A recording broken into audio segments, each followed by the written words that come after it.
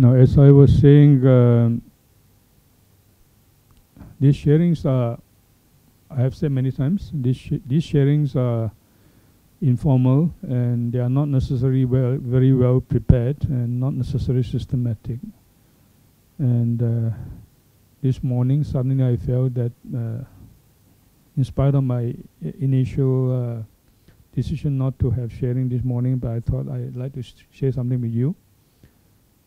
And this is in sequence to the sharing I gave on the last occasion on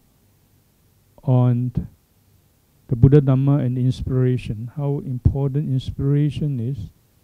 And I explained that according to the Buddha's teaching, we should be inspired. We should learn to be inspired by his Dhamma. And even as we are being inspired, we progress. And that is not just for the person who is being inspired by the person who instigates others to take up the Dhamma, to practice Dhamma. That person also will be so inspired that he too will benefit spiritually. And I was giving some examples where, according to the Buddhist traditions, a monk, when he was teaching the Dhamma, when he was so inspired by what he was saying sincerely from his heart, he himself came to be transformed. That led me to an examination of the case of the Buddha himself. The case of the Buddha as a case of creative transformation. It's not just that the Buddha transformed others, transformed the learners, transformed the listeners through his teachings. If his teachings can have this efficacy of producing a creative, of resulting in a creative transformation, then he must have been himself the product of creative transformation of the Dhamma, because what he taught was the Dhamma that he discovered. When we look at this fact in the case of Buddha, we can see that indeed, my conclusion is that that is the case. The Buddha should be the first case, if you like, of creative transformation of the Dhamma.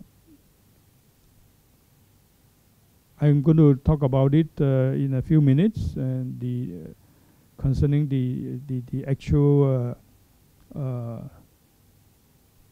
incidents, actual inspiration that we can get in his life.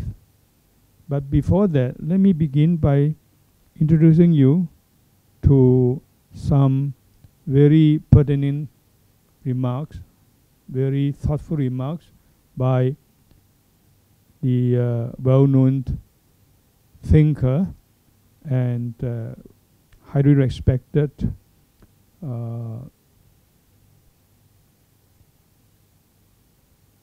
if you like, scholar of humanistic psychology. I have emphasized now for a long time the importance, the significance of some of their teachings and their relationship to Buddhism. So today, in citing one of them, Erich Fromm, I'm continuing along this line of discussion. Erich Fromm, for one, he believes that faith is an innate quality of human nature. That is, within human nature, it's a question of whether we can develop it or not. And he shows the importance of developing it. So we may add that,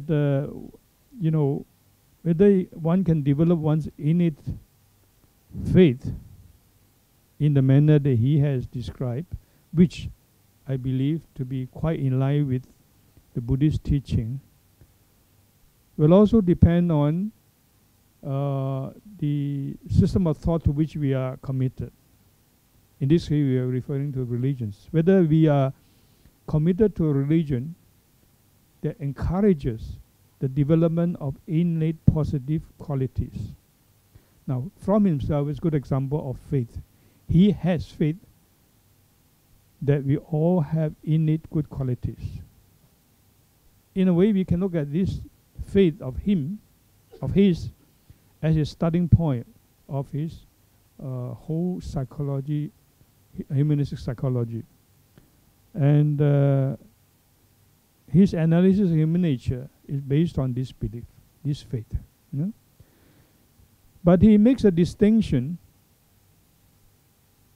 He thinks is a very important one, a necessary one, between what is called irrational faith and rational faith. We have seen in my earlier discussions that when he talks about religion also, he speaks of the distinction between rational religion and irrational religion.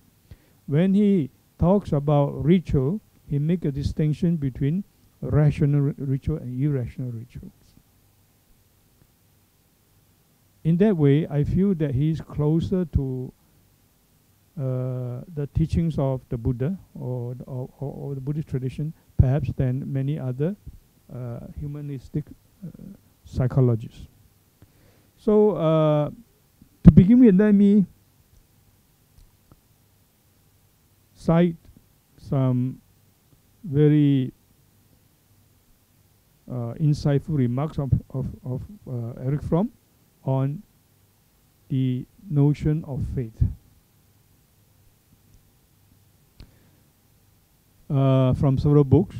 One is The Art of Loving. That was one of the first book I read, written by him. That's about nearly 40 years ago as a young man.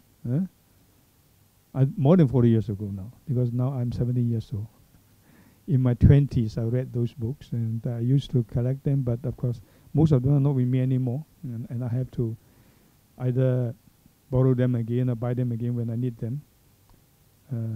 But I was chasing after his book as a young man, and because I was so inspired by his writings. Once I've discovered, his thoughts to be very similar to the Buddha's teaching.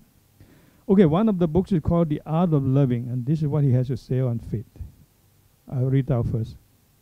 What is faith? Usually, by the way, now Buddhism, now modern Buddhist scholars try to shy away from this word, especially the Theravadian scholars, you see, and especially those who have been westernized, they went to study in the West, or they read Western books, they got their PhD from the West, and then they came back to Eastern countries, and they don't like to use the word faith to describe Buddhism. And they want to characterize Buddhism as a religion not requiring faith. I think, unfortunately, this is a wrong emphasis. This is very misleading. So that leads to the consideration of what really faith is. Now, in this regard, I think Fromm is very brilliant. So he says, what is faith? Is faith necessarily a matter of belief in God? And that's what usually people think of faith, the meaning of faith. And that's why also, understandably, many modern Theravadian scholars and exponents try to show that Buddhism doesn't require faith, and is not important in Buddhism, because Buddhism does not believe in God. Now, of course, Buddhism doesn't believe in God, and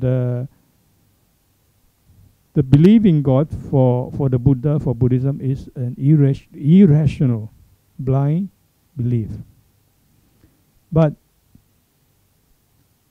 faith, in the sense of using Eric Fromm's terminology, in the sense of rational faith, is extremely important, and we must exert effort to cultivate it. And that's the reason why I lead pujas and devotions every Sunday. So let me continue. He said, what is faith? Is faith necessarily a matter of belief in God or in religious doctrines? Is faith by necessity in contrast to or divorced from reason? Very powerful challenge. People think that if I'm clever, if I'm rational, if I'm logical, then I don't need faith. These two things are mutually exclusive. That shows the shallowness of the so-called intelligent people today in the modern society. So you can hardly say that he's not an intelligent thinker, extremely intelligent, clear-minded thinker, and brought up in the Western system of education. He himself, as a child, came from a religious background, a Judeo-Christian type of religious background, and but he later on, of course, gave up such religious beliefs, but he came to be influenced by Buddhism. I do not know anywhere he called himself Buddhist as such, but when I look at his writings, and I realize actually indeed I can see a sign of influence on him from Buddhism. So now he's saying that what he wants to say is that faith should not be mutually exclusive from reason. In fact, it's an important part, it's an important component of successful, truly rational reasoning. Let me continue his quote. Even to begin to understand the problem of faith, one must differentiate between rational and irrational faith. By irrational faith, I understand, that is to say, Eric Fromm says, I understand the belief, bracket, in a person or an idea, which is based on one's submission, based on, I would say, passivity, and elsewhere he used the word passiveness, based on one's submission to irrational authority, for example, God, a guru, and so on. So that is irrational faith.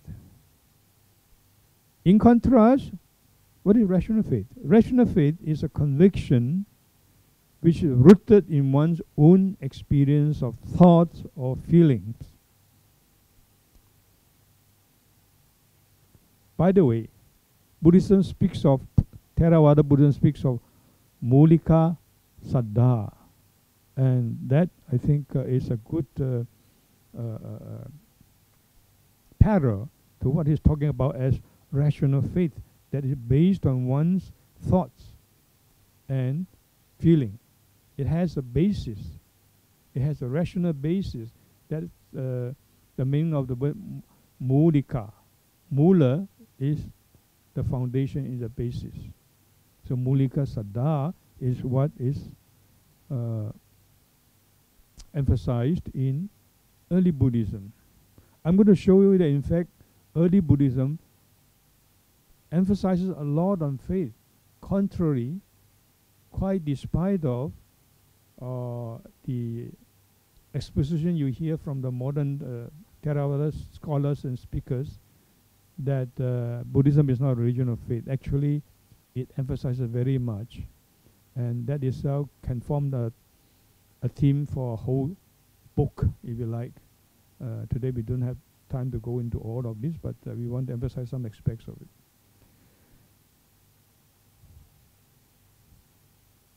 And let me continue his quote. Rational faith is not primarily belief in something, but the equality of certainty and firmness which our convictions have.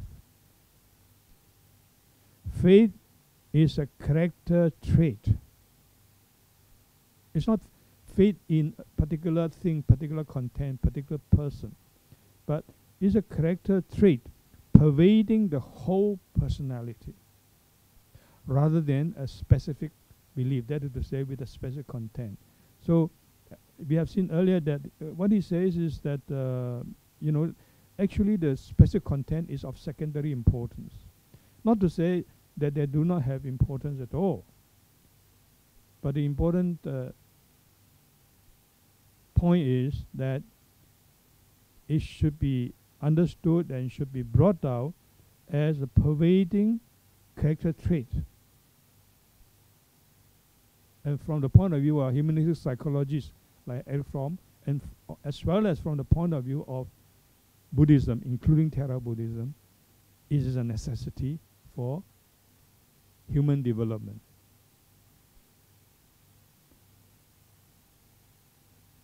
Continue with this same place from The Art of Loving. Rational faith is rooted in productive intellectual and emotional activities. Again, rooted. It has a basis. Rooted in productive intellectual and emotional activity. There's an element of experience. There's an element of, if you like, practice, or even Buddhism might say realization. Although not necessarily very high levels of spiritual realization, but it is something that is not just purely conceptual, something that is experiential, something of the nature of personal experience. So it has that at its root. That is rational faith. In rational thinking, in which faith is supposed to have no place, rational faith, I would add, in fact, is an important component. That is, think about it, pause. Let me repeat the sentence, because I think it's very inspiring, very meaningful. In rational thinking, usually we think, as I said, if you are a rational person, in your rational thinking, there's no place for faith. But he says, rational faith is an important component. In fact, he gives example of a scientist also later on, but we don't have time to go into all this, that there's hardly any significant scientific discoveries or achievement in the domain of science and domain of human thoughts in general without the foundation of faith. You can think of, for instance, Einstein. He talks so much about inspiration also, intuition also. And he thinks that that is an important part of his discovery. Not just his genius in the sense of his kind of supernormal intelligence as a human being. The process, again continue with the quotation from his book, the process of creative thinking in any field of human endeavor often start with what we may call a rational vision. That's again a very interesting term, and I quite agree as a Buddhist. The process of creative thinking often starts with a rational vision. He's using the term in inverted commas. Itself a result of considerable previous study, reflection, thinking, and observation. That leads us to think about, for example, the Buddhist teaching of the wisdom or insight or understanding derived from listening, from reflections, and from cultivations. And eventually, these are called the if you like, for one or better term, impure type of understanding, but extremely important, positive, though we describe them as being impure or without flow, but they are positive and conducive to spiritual progress. And according to the Buddhist system, ultimately, these insights or wisdoms or understanding derived from listening, from reflection, from cultivation, lead to pure insight, lead to true wisdom in the sense of panya or prajna, capable of liberating us from the human predicament of suffering. So we can say, paraphrasing the quotation from Eric Fromm, we can say that the process begins with rational faith. And this rational faith goes through a process of a progressive process of development until you come to transcend faith, whether rational, irrational, even rational faith, and you arrive in the domain of direct insight into reality. In that domain, at that level, that is a level of enlightenment, faith and wisdom are one. It's only at that level, in that domain, at the level of the Buddha, at the level of enlightenment, that one can really speak of absolute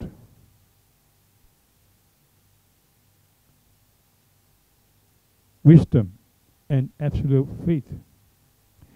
This is like, I often compare like this, like the case of speculating on something outside you. You are an observer, you speculate on the observed. Your speculation may be more rational in the sense of collection of status and then statistical analysis and so on. You have the so-called scientific process. But nonetheless, essentially, it is actually a speculation as an outsider on what's happening in the process that is being observed. So to the extent that it's a speculation in this sense, to that extent there's always an element of faith. You start with a hypothesis, you work on it, and you observe, you collect data, you analyze statistically and so on. And then you're more and more convinced that yes, what you have faith in seems to be true. And you go further and further and further. Finally, you gain enough data, you gain enough understanding and insight into that process being observed, and you arrive at what you may believe to be certainty. You have a breakthrough, and that breakthrough starts with faith. So in this process, faith eventually reduced and is replaced by your insight. And finally, when you have perfect insight, you become one with the observed. The observed and observer become one. And you're no more speculating from outside, because you are the so-called aspect being observed. There's no distinction now. You know absolutely as an insider. And this is the equality. This is the oneness of faith and wisdom.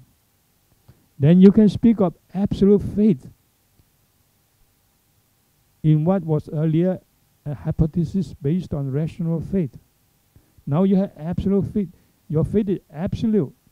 You have absolute certainty.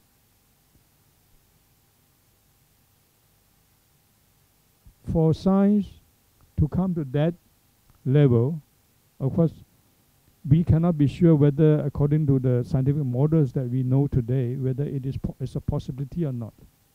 Because science is always built on observation. Yeah? But already, you see that in quantum physics, they talk about, for instance, the uncertainty principle. Yeah? And all these are due to, and of course, all these notions about the quantum entanglement and so on. All these insight into whole process of our acquisition of understanding that is based on the observed and the observer. That's intrinsically, inherently, this problem.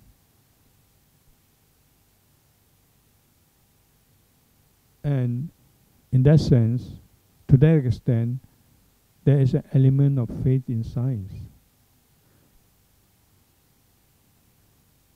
The belief that a hypothesis may work is a belief, is a faith. Without that faith, you cannot proceed. And it's only at the highest state that it becomes certain to you. Then at least you can say that for all practical purposes, you have absolute faith in that fact, in what you started off as a hypothesis, as a theory. But as I say, whether science can truly be justified to speak in these terms, that remains to be seen. We are open to it. Whether really that the scientific theory can be established at a level beyond the observant observer, I do not know. That will, at least for one thing, depends on the discovery and development of quantum physics.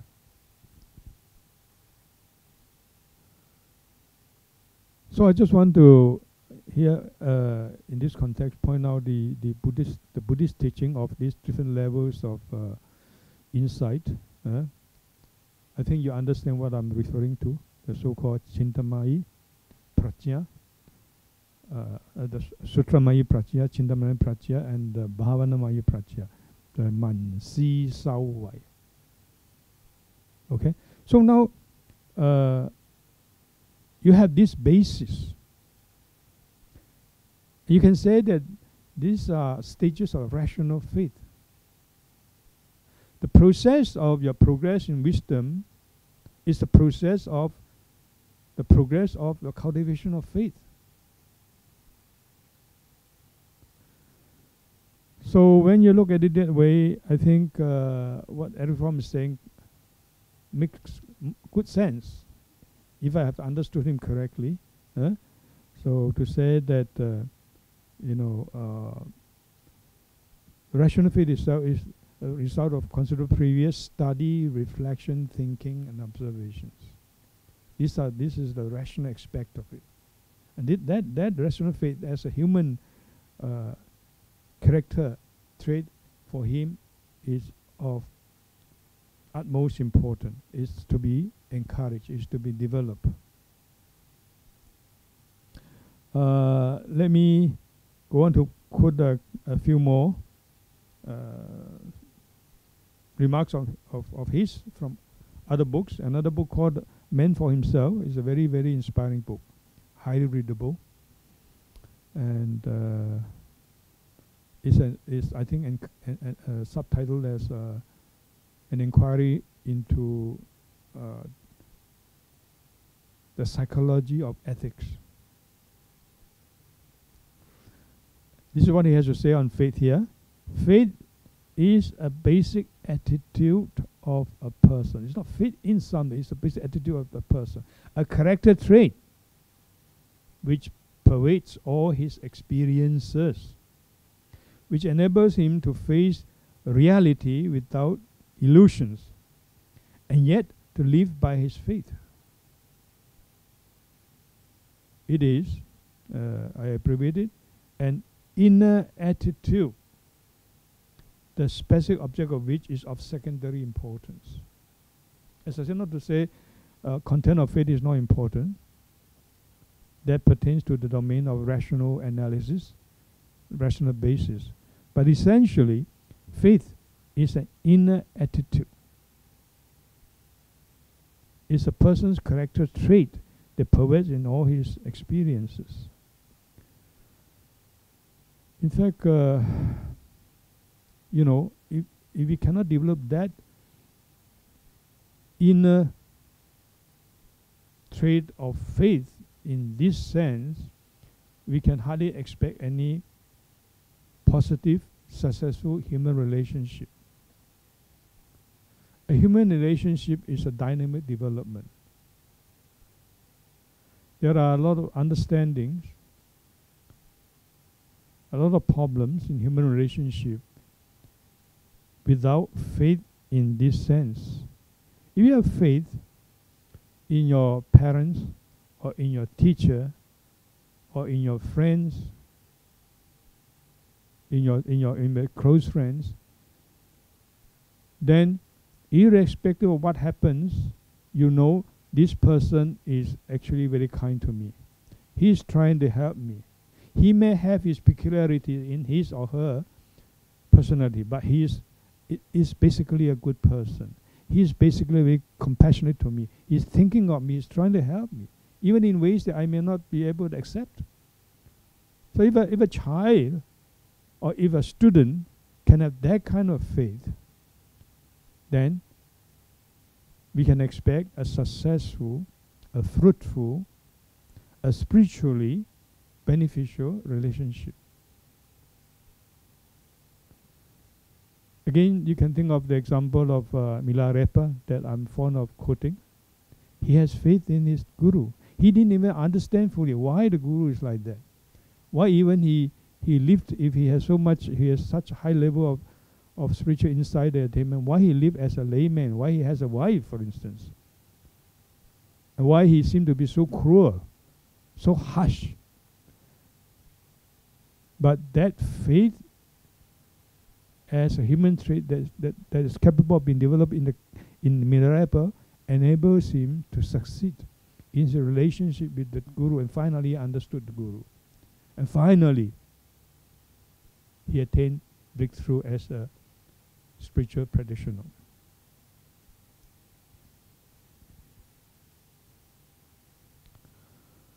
Okay, now more can be quoted, but let me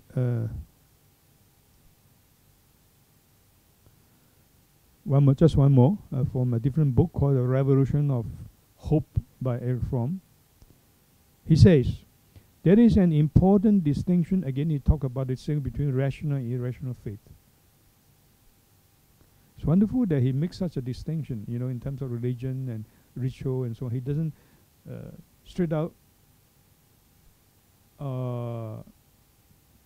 conclude that all religions are opiums, or all religions are illusions, are neurotic, you know, as some other thinkers, important thinkers in history, and as some psychoanalysts, psychologists like Freud, for instance, as the father of modern psychoanalysis, as they held. Eric Fromm was able to go beyond that. And he looked into religions that are not based on blind faith, and particularly I would say that he was inspired by Buddhism. This is my reading of his writing. So we make a distinction. While rational faith is the result of one's own inner activeness in thoughts or feelings, this is rational faith. There's this aspect of activeness as based on your thought and feelings. There's a basis. Irrational faith, on the other hand, is submission to something given. For example, a God, a metaphysical God that for Buddhism, for instance, doesn't exist. Or the Bible as the words inspired by such a God.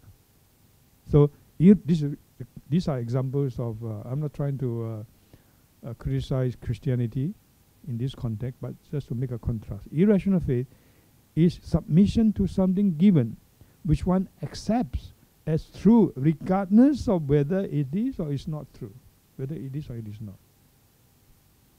The essential element of all irrational faith is its passive character. I have already underscored the word earlier, the passivity, the passive character. You submit, you just blindly accept. You don't question. That's why doubt and questionings are important in Buddhism. But at the same time, we know that doubt in the form of, now again using these terms, I can say, irrational doubt becomes a hindrance. It becomes a sangyojana, that, one of the 10 factors that hinder us from liberation, and one of the 3 factors, breaking through which, cutting off which, one become a stream entrant. We know that. It's so important. So on the one hand, there must be rational faith in Buddhism, which is encouraged. For example, in discourses like the Kalama Sutta and so on. On the other hand, the importance of the awareness that doubt should not become irrational. And it is to be distinguished. That is, a rational doubt it is to be distinguished from irrational doubt. Of course, these are my own commentary. There is, yes. So he says that the essential element of all irrational faith is a passive character, be it its object or an idol like God and so on, or a leader or an ideology. Okay, now I begin with this remark from one modern thinker, Erich Fromm, an important founder, one of the founders of modern humanistic psychology. That is in order to prepare you to understand why the Buddhism emphasizes faith. And that is no exception even when you come to the tradition of the Theravada. So do not think that Theravada is different from Mahayana. Mahayana emphasizes faith too much, or in an extreme way, or even irrational faith. Even in Mahayana Buddhism also, faith has to be rational. And likewise, even in Theravada also, there must be rational faith. Faith is very, very important. As I said, it's a big topic. Let me, by the way, the fact that it is not emphasized by the modern Theravada exponent is quite different from what we understand as early Buddhism in the Pali Suttas. Our criteria must always be based on the suttas themselves. In that sense, you can say I'm a Sautrantical in a rough sense. Although I teach Abhidhammica theories. That's an important aspect of all Buddhism, whether you are Theravada or whether you are Mahayanist. Because all teachings are to be traced to the sutras, but that's a big topic. By the way, these modern exponents nowadays, they say, when they come across the word faith, Shraddha or Saddha, Shraddha is the Sanskrit, Saddha is the Pali, they avoid the translation faith. Haven't you read their writing? What's the word they use? One of the words, they use confidence. They speak of confidence. As Sangharakshita says, this word is at most, at best, just lukewarm. You have confidence in something. Okay, there is an element of what we are talking about as faith, what Erich Fromm is talking about faith, but then it's a lukewarm part, the small, very light part. Yes, I may have confidence, I may not have confidence. Faith is not like that.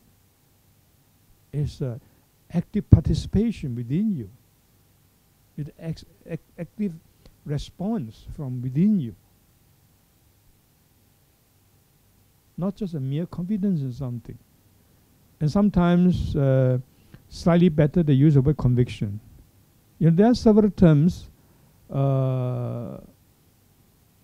in Pali and Sanskrit denoting faith. One is saddha, another one is pasada, yet another one you can say is atimutti. I have talked a lot about this third one in the Sanskrit tradition, and in one of my articles I also go back to the sources that you can see in Pali Abhidhamma and also the suttas. And I have talked about this in several places, but the actual article is going to be published in writing. I don't know why I can't control the process, you know, in which these books are being produced, but I know that it is going to come out in one book. Now, let me say at once that I think it's misleading to translate saddha as confidence. Conviction might be a little bit better, but I think it doesn't do full justice. Perhaps, and this is here why I agree with people like Sangharashit and others, perhaps the best word still in English is faith. It's not the perfect word. It's like religion. I very much want to emphasize Buddhism as a religion, but that doesn't mean that I agree with, I think that religion is the best word, is the ideal word. But we don't have a better word now in English. We are talking about all this in English. Even if you use the word confidence, you are using English term. Just you think you are superior, you are smarter in avoiding, you know, emotional terms like faith. But the Indian word itself means shrat and dha, meaning placing one's heart. It has to do with the heart. It has to do with the act of placing. There's an active aspect. You place your heart on something, it's much more than just a lukewarm feeling of confidence, to say the least. And Adimukti, in its respect, in its connotation of faith, of active faith, is also to be understood likewise. And of course, Adimukti means much more than that, as I have tried to illustrate in my article, in my lectures. Okay, so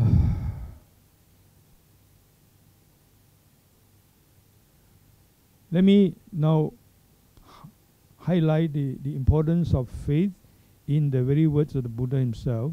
Again, as I said, a lot more can be said, but for today, let me just underscore this point. You know, in the Buddhist tradition, it is said that after the Buddha's enlightenment, when he first gained enlightenment, he was reluctant to teach the Dhamma. You know that, right? And because he felt that the Dhamma was so profound, he knew that it's beyond concept, beyond language, and it's well nigh impossible to communicate it to these people who have not practiced and who have no realizations, spiritual realization. They won't understand him. Not only that, they will misunderstand him. And worse still, this misunderstanding, these distortions, however well intentioned, can be harmful to humanity. And today it's true. You know, people trying to say apply so-called Buddhist doctrines in to modern disciplines, and they, to me, from my understanding, in most cases, I don't say in all cases, but in most cases, what they've done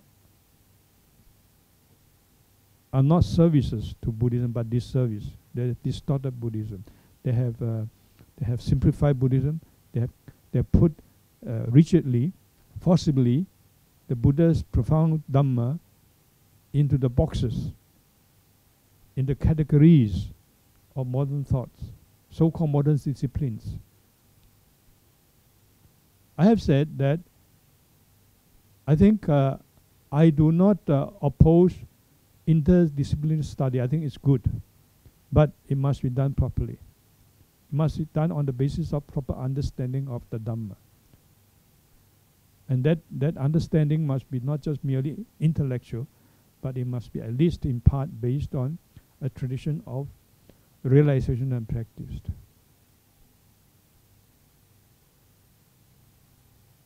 If we make use of modern disciplinary results,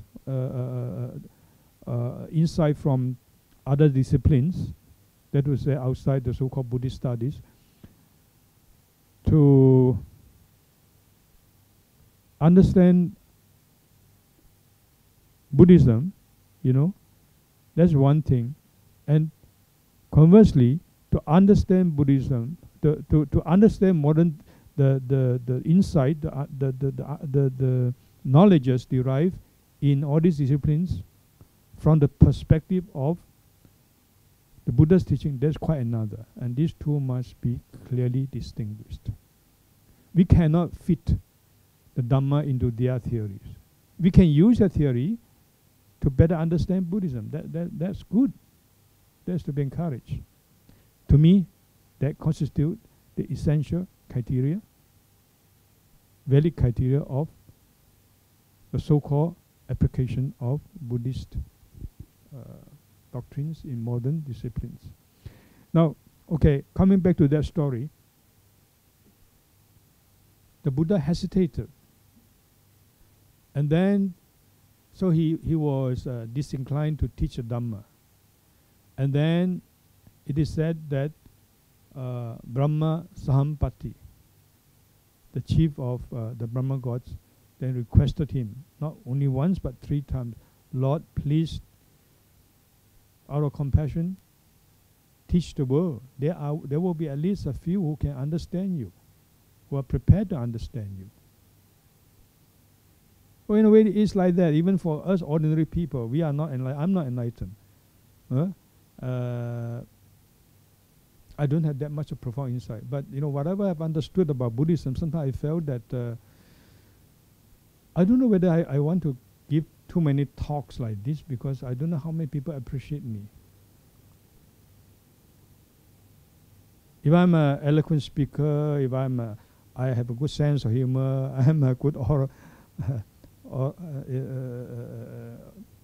public speaker, then yes, if I want to be well known or popular, that's good, But when I try to speak from my heart and share what I've learned from the Buddha, I thought that most people, for instance, in a society like Hong Kong, even in the university, how many students really properly understand what we are trying to communicate? Very few.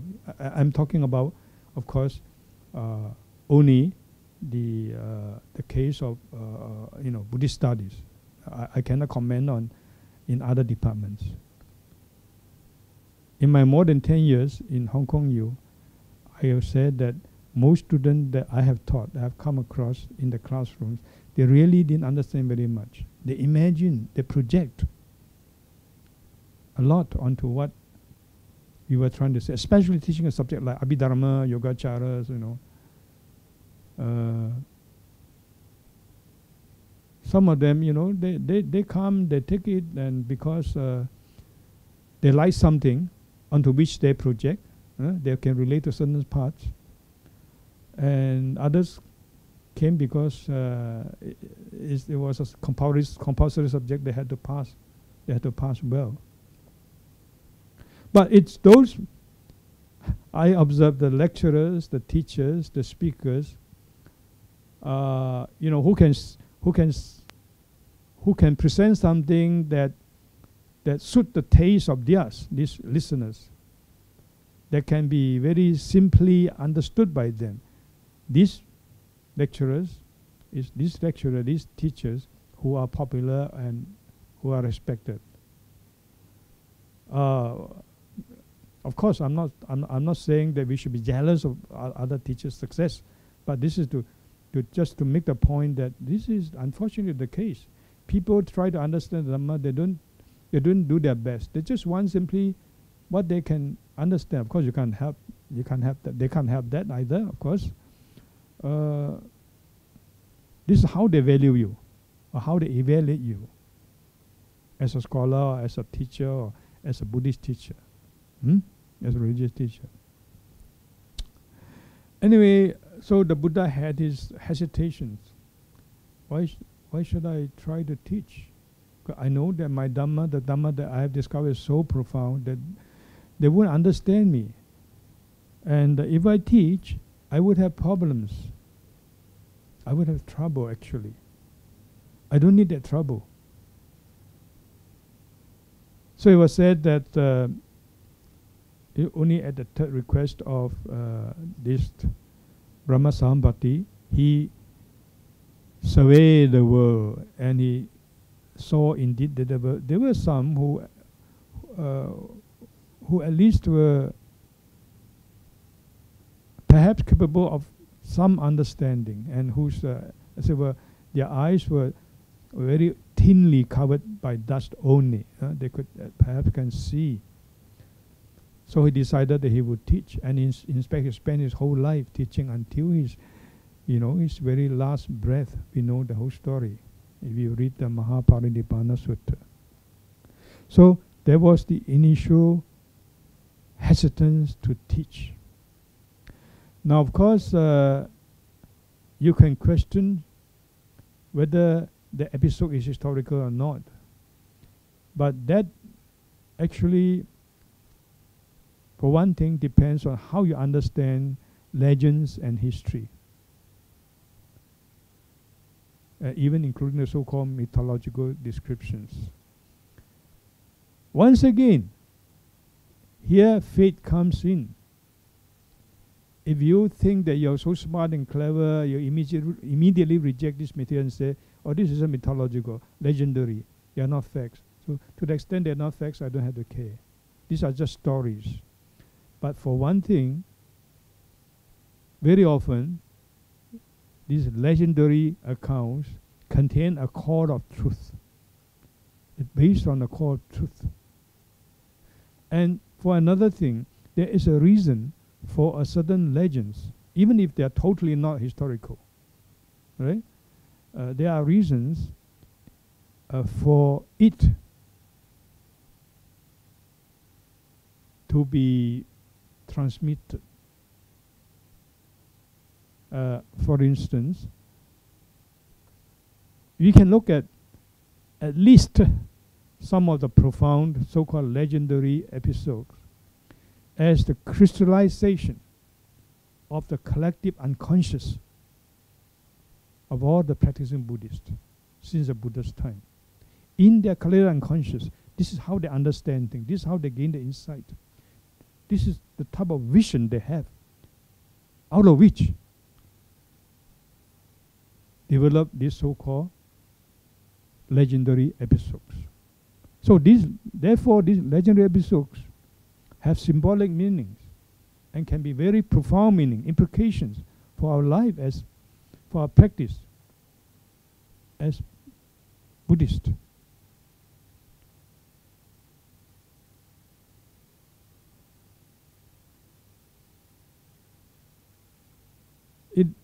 We can even say that it may be possible for us, maybe some of you can do that, to discover the symbolic meaning, the profound spiritual significance out of the symbolic presentations of the so-called legends and mythology in the Buddha's teachings, in the Tipitaka. Well, that's a big project. If someone wants to undertake it from the perspective of modern psychology, or from the perspective of philosophy, and so on. But it should be a very useful one. The fact that these episodes, these so-called legendary episodes, are also understood like this already, not just by me today, in this modern period, but in ancient time also, can be seen, for instance, in the attempt in the Pali commentaries and to try to assign meaning, symbolic meaning to many of the episodes. This is the ancient commentators themselves as practicing Buddhism. They are not just scholars. You have to remember that. They were trying to understand. They have rational faith. They don't blindly accept. So when I say, you will ask me, do you believe in this episode or not, as historical or not? Of course I have faith in it. But I may not so-called believe passively, irrationally in every details or in the very form that is presented.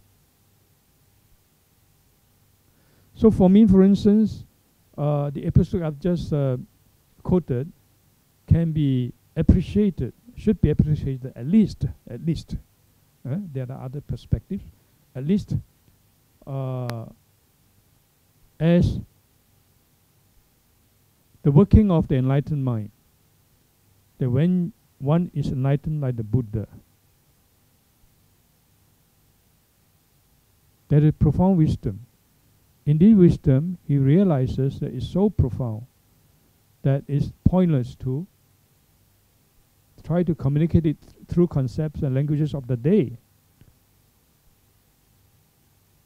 But in this enlightened mind also equally, that is this aspect of compassion, the empathic compassion, if you like. Something like what Carl Rogers was speaking about as the unconditioned positive regard. But I think it's much more in Buddhism. The profundity of compassion is much more than that, especially talking about profundity of the compassion of an enlightened mind. So I'm not, so don't try to reduce that Buddhist teaching of compassion of enlightenment to a category created by a modern thinker. But I'm just reminded of that to some extent. So we can think of this as this episode as symbolizing the compassion that spontaneously outpours, that emerges from the enlightened consciousness. He cannot help when he's enlightened to want to teach. And he comes to a harmony of it and in his final decision to teach. So I think from the point of view that episode, for that matter, similar episodes in the Buddha's life have such symbolic, such, I believe, profound significance to be appreciated.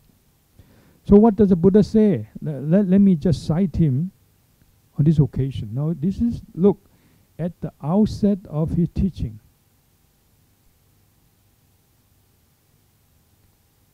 Yeah. So this is the translation. You can say it's my translation from the Pali. I have originally had the Pali note that this morning I cut it off because it's too much. So it says like that: open to them are the doors of the deadness. Doors are dwara. So deadness, of course, amata, amrita in Sanskrit.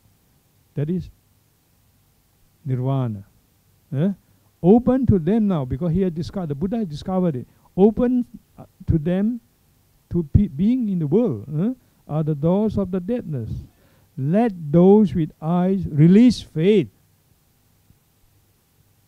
This is a powerful emphasis. The Buddha asking those who want to listen, it's open to everybody. I have opened the door now. I've discovered it. I'm transmitting this Dharma, pointing out this Dharma. Those who are capable of listening, those who want to listen, there is one important condition. There's one precondition, that is faith. Release faith. Let me come back to that in 1 second, but let me finish the whole stanza. Perceiving trouble, that's vihingsa sanyi. Usually, I look up the commentary or so, and it does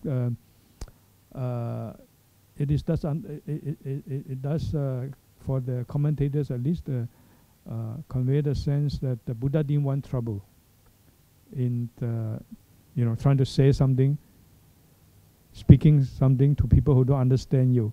好揾唔到知音對牛彈琴有乜用啫？係咪？ So as a Chinese saying goes, so it's trouble, will be trouble to his speech and to his body. So he didn't want that trouble. So perceiving trouble, vihingsa sanyi, O Brahma, I did not announce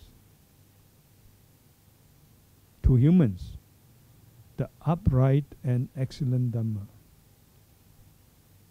Or perhaps you can say the familiar, that word, and excellent Dhamma. So he says, now the gateway to enlightenment, to Nibbana, I discovered, I have opened it. Those who want to listen, those who want to learn, those who want to go through this gateway, enter into this gateway, they must release faith. The Pali word I have cited here, pamunchantu saddham. Pamunchantu saddham. Let them release. I look up some modern translations, and these translators, most of them try to avoid the word faith. Some talk about conviction and confidence and so on. I don't want to name them, and I've already commented on them just now. And as to the word pamunchati, they also have different understanding. And I appreciate that Bhikkhu Bodhi at least uses the word release. I think he does translate as release faith, which I agree. Another person say, show your confidence, or something like that. Show your, the profound significance is reduced, or even obliterated. We use terms like this. So it's actually the release of faith. Pamunchanti means release. Let them release faith. So how do you understand this, the Buddha's words? It means that the teaching is very, very profound. And the teaching has only one purpose. That is functioning as the gateway to enlightenment, to nirvana. And if we want to practice, if we want to go attain nirvana, if we want to be spiritually benefited by this teaching, which I now have decided to teach, the precondition is you must have faith. And faith, to use the word release, is very powerful because it conjures up the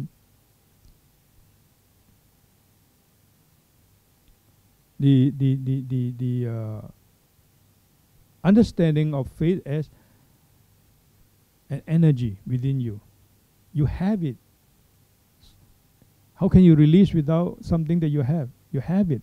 But for us, this powerful energy, positive energy, transforming energy that is within us, for most of us, it is to various degrees blocked, or at least not fully released, make use of. Learn to release it. When you learn the Dhamma, especially profound Dhamma, these are not philosophies. These are not concepts, but the truth that is rediscovered by the Buddha. And later on we know that throughout the Buddhist tradition, this is elaborated as the truth that transcends conceptuality. You take, for instance, Prajnaparamita or Yogacara. Ultimate truth is beyond words, is ineffable. So you can see the importance of making use of your faith. But of course, it has to be active faith, rational faith. It shouldn't be blind faith, blind acceptance. But you must be open, you must be receptive for you to even make a step forward. It's like the clear sunlight is always outside the window. And you need the sunlight for your health, for your positive mental state, and so on. But if you close the windows all the time, then the sunlight cannot shine in. So you must learn to open the curtain. It's a very profound psychological principle.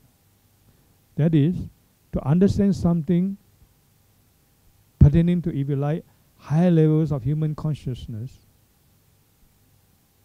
we must be receptive to that possibility to begin with. How can you say you are Buddhist if you don't have even faith that there is enlightenment? There's a possibility of enlightenment, the possibility of raising our human potential to the highest. Call it by whatever name you like. In Buddhism, it's called enlightenment, it's called nirvana, it's called Buddhahood. But if you don't even have receptivity to that, how can you begin as a committed Buddhist? And without commitment, you can't. You will never, forever, until you die, you will never truly make a step. There are people who don't want to take refuges, or they don't want to profess Buddhism. Oh no, I understand Buddhism in my mind. I'm a clever person. I'm not like others. I'm not a faithful type. I'm the intellectual type. I'm the scientific type. You see this. Very, spiritually speaking, very, very immature psychological attitude, especially, I think, in the modern situation. And unfortunately, that has much to do, I don't blame fully, but much to do with modern Western conditioning. You never admit and accept that you can learn something from a teacher, or or that you can have a teacher actually, or from the Buddhist tradition, or from the Buddha. And to that extent, you don't think, why should I take refuge? I understand Buddhism. I can read my books. I can write my books even. I can be a teacher even. So such a person, in such a person, that ability, that energy of faith in this sense is blocked. So Buddha says, release it. Release the energy. Let it pour out. Then it will uplift you. It will push you up. To borrow another term again from another humanistic psychologist, this is, you might say, you can be meta-motivated. You'll be uplifted to higher levels. But you must be aware of your meta-motivation, your meta-need, not just your basic needs,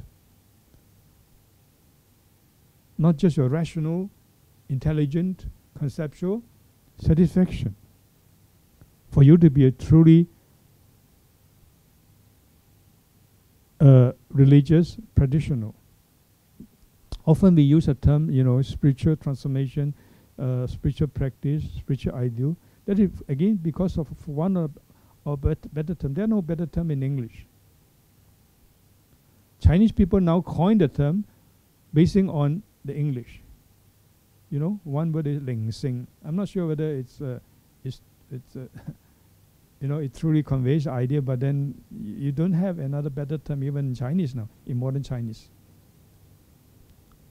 So it's for fun or a better term that we are using terminology like this, spiritual higher dimension. What do you mean by this? Of course, this sounds weak, but the necessary weak. Because we are talking about dimensions that are not normally accessible by ordinary people. People, especially people who are conditioned into thinking that they are smart and they know everything. Everything can be solved through the intellect. These people are the most miserable. They never progress as a human being. They can never function fully as a human being. The feeling cannot come out.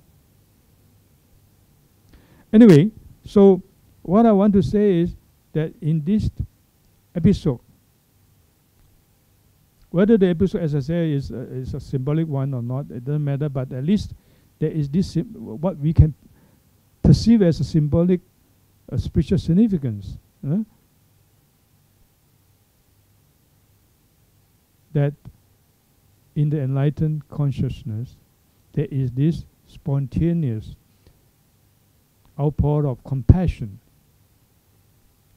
And the Buddha, at the very outset, that is before he teaches now, the very, very, very beginning of Buddhism, you can say, before he even turns the wheel of Dhamma, he makes this declaration that let those with ears are those who are capable of listening, and those who want to listen, let them release faith.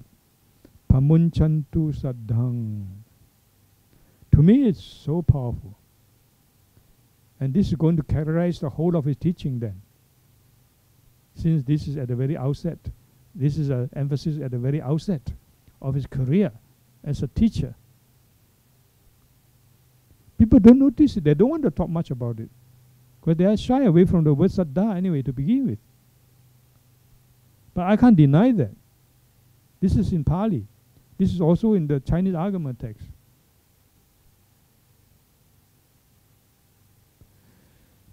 That brings me to another example. You know, this is especially I talk about Buddhism and inspiration. And you can say that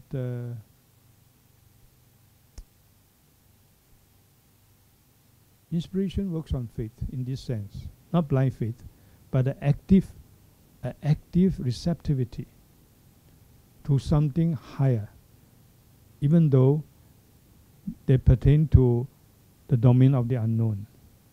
The faith that there is something higher for human being, that this something higher, this higher stage, can be attained by a human being. At least you must have that much of it. You must release, in the Buddha's word, this faith to come to this higher level. You can question, you can reject on the way. And as a Buddhist, we can renounce Buddhism on the way also. But you must give yourself a fair chance to embark on the path with faith in this sense. You must have this active participation. There are many things I want to say. Before I forget, let me come back to Eric Fromm talks about faith. He uses the word rational vision. That brings to my mind, the teaching of the Noble Fourfold Path. The Noble Fourfold Path starts with so-called samadhi, right? And finally, Samma Samadhi. Everybody knows that. And I have often criticized the translation of samadhi as right understanding. This represents the type of naive, westernized kind of, rationalistic kind of mentality. They want to show Buddhism emphasizes at the beginning understanding, something rational, something scientific, something logical, and there's no faith in it. Now, Eric Fromm is kind of saying that he's not talking about Noble Fourfold Path, of course. This is my part. That he says any field of human endeavor often starts with what may be called rational vision. This is what he wants to emphasize as faith. So you can look at, what I want to add is that you can look at the whole of the Noble Fourfold Path. The starting point is so-called samadhi, and that is not just understanding. Let's deal with the right as opposed to wrong understanding. So I often translate as proper vision. What is this proper? It is something that is not, to begin with, merely intellectual, conceptual, and something that avoids extremes of existence, non-existence, so on. Something that has to be based progressively on practice and realization. This is samadhi. And that must start with, to borrow Eric Fromm's term now, rational vision. This is the vision. In this vision, in other words, at the very beginning, there must be faith. And that links up with what I try to highlight by quoting the Buddha's declaration at the beginning after his enlightenment. Release faith. That's a starting point. So this releasing of faith, this samadhi, surely is not blind acceptance, not blind faith. But it is, if you understand samadhi as just right understanding this, that, you cite your text and say, oh, the text says that it's understanding Four Noble Truths, Truth 1, Truth 2, Truth 3, Truth 4. Then you will never progress beyond the bookish kind of conceptual understanding, however intelligent you are. You're not on the path of Buddhism. You're not really in tune with the Buddha's teaching of the Noble Four Path. The Buddha himself said that when he found the so-called ancient path, and he said, what is this ancient path? A path, of course, through which the ancient people ancient saints have trodden and reached the city of Nibbana. You know that I'm referring to the Nagara Sutta in the Sanghutta Nikaya. And then he says, finally, what is this Noble Four Path? What is this ancient path? It is the Noble Four Path, beginning with samadhi. If it is a path that can lead you, and that has led Buddhists in the path to attain enlightenment, it can't be just a mere logical, intellectual path. It can't be just a philosophy. That's why I hate the description of Buddhism as philosophy. And not even an ordinary way of life. All depends on what you mean by ordinary way of life, of course. But it must be now, in terms of what we are talking about, based on rational vision. And a vision has the necessary component of faith, in the sense of active receptivity. Then only you begin. Of course, at the beginning, you have to study, you have to listen. So you have the Srutamaya, Chintamaya, and so on. But all this presupposes an element of receptivity, what Eric Fromm calls rational vision of faith.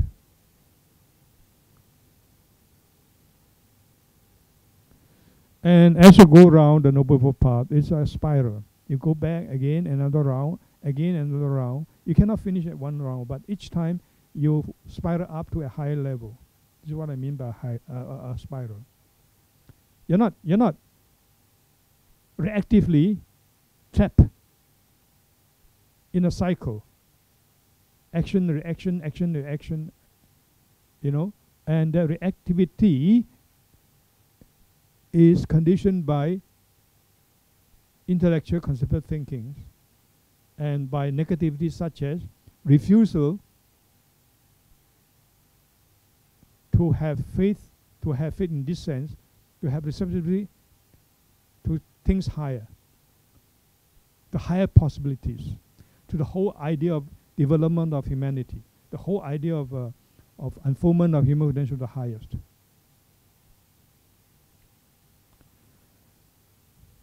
And we can also, I'm also reminded of the so-called 4 signs of the Buddha. In the story again, it is, you might say, legendary, but again, we should, as I said, try to understand the symbolic significance. Don't just simply reject them simply because they don't look like history. So, we know the episode, the episode I'm referring to, the Buddha's going out and seeing a old man, a sick man, a dead man, and finally, a recluse. And then he said, yeah, that's it. That's the life I want. And he couldn't wait anymore. At night, he made the decision to leave home and he ran away from the palace. Okay, now people always question, or at least very often ask like this, can it be true that intelligent person like the Buddha could have been, according to the story, prevented from knowing these facts of old age and so on and so on? And can it be such a coincidence that you have the sequence of first time going out, seeing an old man, and so on? Yes, you can ask these questions. They are valid questions, legitimate questions, I would say, intelligent questions. But if we are confined to this legitimate, intelligent side, it's miserable. We cannot develop. We cannot see the vision of the Buddhist path and the Buddhist goal. We cannot appreciate and understand why the Buddha as a prince. Of course, once again, now scholars said that Buddha actually might not have been a prince. He probably is a son of a community, the chief of a community, elected community. But whatever it is, the evidences point to the fact that he had all the luxuries and all the learning, all the conditions comparable to the modern youth. Education, money, comfort, intelligence, freedom. Such was the situation of the Buddha. He has this, what is called basic need fulfilled. But you could say, again borrowing Maslow's term, he was motivated by meta motivations, higher needs. Yeah, but look at this story. Okay, so to me, it doesn't matter whether it actually happened that way, but I believe that actually the Buddha had reflected on, has seen situations of old age and so on, you see, and finally he was inspired when he met and recruits. He may not be exactly like the story says, in town, and then he came across a recruit in that way, but he would have contemplated, he would have met some recruits or contemplated on the whole tradition, the whole career, whole life of recruits, and he decided that was for him. Okay, now what I want to say is, we may analyze it this way to try to extricate the symbolic psycho-spiritual significance. You can say it like this, that when he met the recruits on the fourth occasion, his faith was sparked off. He was inspired. And that is so powerful, so strong, that he felt that he has got the answer. He had decided on his career. And he gave up all these conditions comparable to, what I was trying to say is simply that, comparable to the conditions that any modern youth, given all this luxury and all this freedom, all this learning, they are not satisfied. You can understand why they are not satisfied. You can understand the frustration also. So in this case, the frustration of the Buddha also is to be understood in a similar way. I have said in another lecture that, to me, now these days, Hong Kong people talk a lot about depression. They say they came to Buddhism because of depression. They wanted to find an answer to depression. That's quite right. That's quite good. We don't, or at least in a sense, that we don't discourage that. But we must understand that this is the same with the case of the Buddha. I have said that the Buddha was so depressed. His depression was so deep that he absolutely felt that something must be done even that night itself. Because Buddha didn't think of, in the case of some people, they have no faith, everything is blocked within, no answer, no solution. What can they do? Either they go and destroy society, or they want to commit suicide themselves. You see? But in the case of Buddha, fortunately, the force of inspiration, the force of faith, uplifts him. And to make this decision of his career as a renunciate in search for the answer for humanity itself. He saw humanness. He saw the human predicament of old age and death and so on, you see, of frustration, of depression. He went through all these things.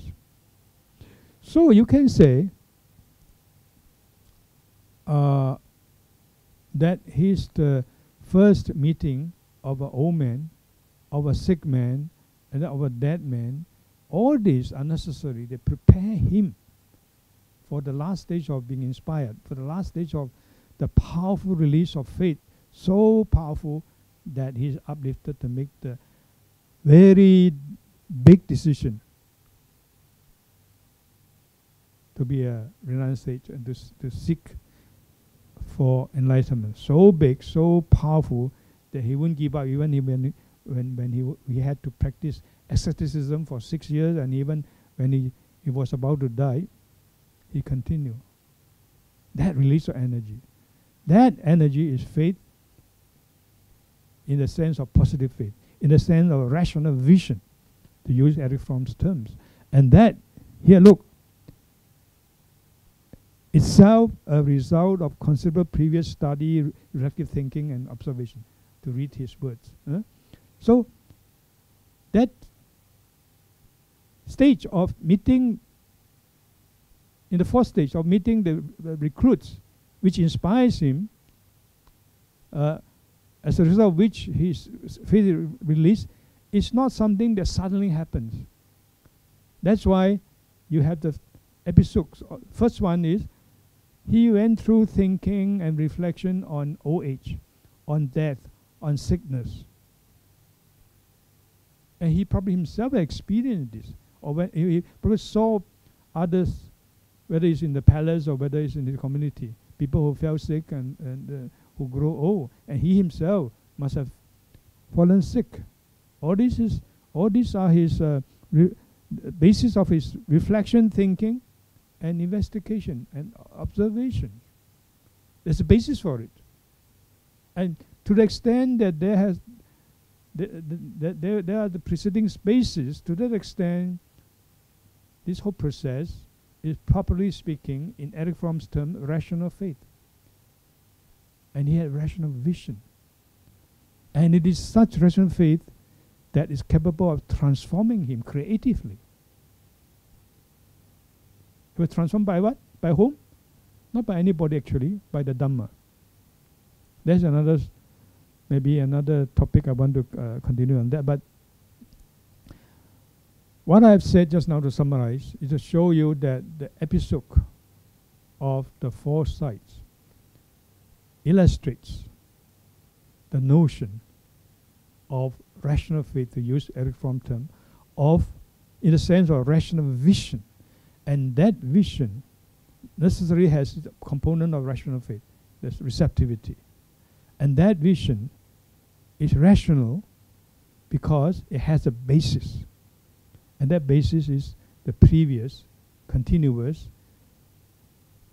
observation, thinking, and experiences. So when we understand the episode in this way, it makes sense to us. And we understand also, we appreciate also then the importance of what Eric Fromm calls rational faith or rational vision as a necessary component of, in this case, Buddha's endeavor to search for the solution for the transcendence of human predicament. It's now I think I've spent a lot of time talking about this. There's a lot more I want to say, but I think maybe I'll leave it until the next one, next sharing. I wanted to give the example of one episode in the Sutta Nipata. You know, I want to use a Theravada material because people deny the emphasis of faith in Theravada Buddhism.